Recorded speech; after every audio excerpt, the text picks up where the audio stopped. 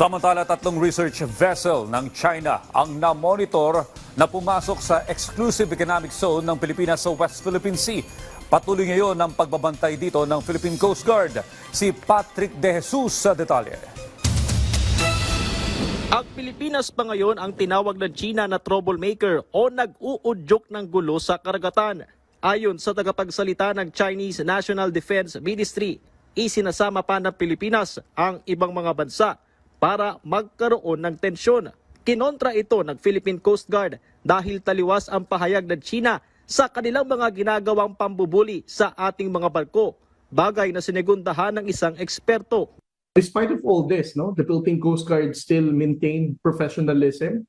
We never responded to such bullying tactics ng People's Republic of China. As a matter of fact, ang Philippine Coast Guard ay umaayon sa guidance ng ating Pangulo ng pagtitimpi.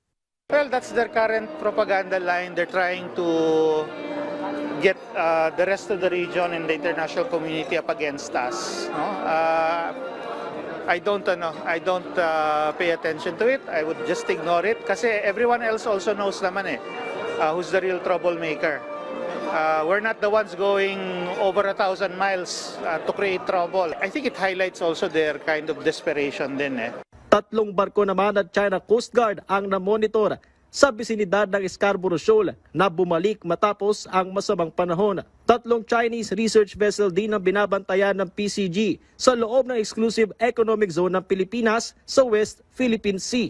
Isa rito ay ang Beidou 996 na huling na-track sa tulong ng Canadian Dark Vessel Detection Program, 185 nautical miles ngayon mula Zambales. Magkasama naman pumasok sa EEZ ng bansa noong July 25 ang multi-purpose research vessel Xiangyang Hongten at unmanned drone carrier Zhu Haiyun na parehong umikot malapit sa Balagtas Reef nitong Huwebes.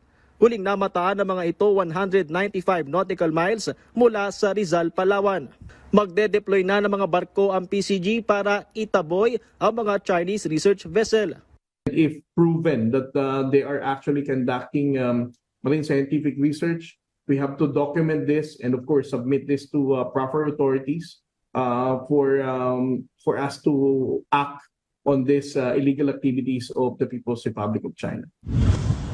Sa gitna ng patuloy na mga hamong kinakaharap ng Pilipinas sa pag-iid sa karapatan at soberanya ng bansa, isinusulong ngayon na amyendahan ng mga mambabatas ang AFP Modernization Law.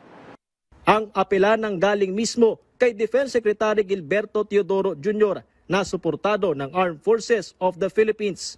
Alam natin na nag-o-obsolete ang mga kagamitan in a much shorter time. Walang bansa sa mundo na may independent foreign policy na walang malakas na sandatahan.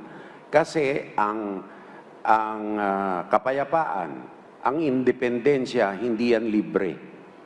Pinaglalabanan yan or pinaghahandaan upang walang tangkang guluhin ito.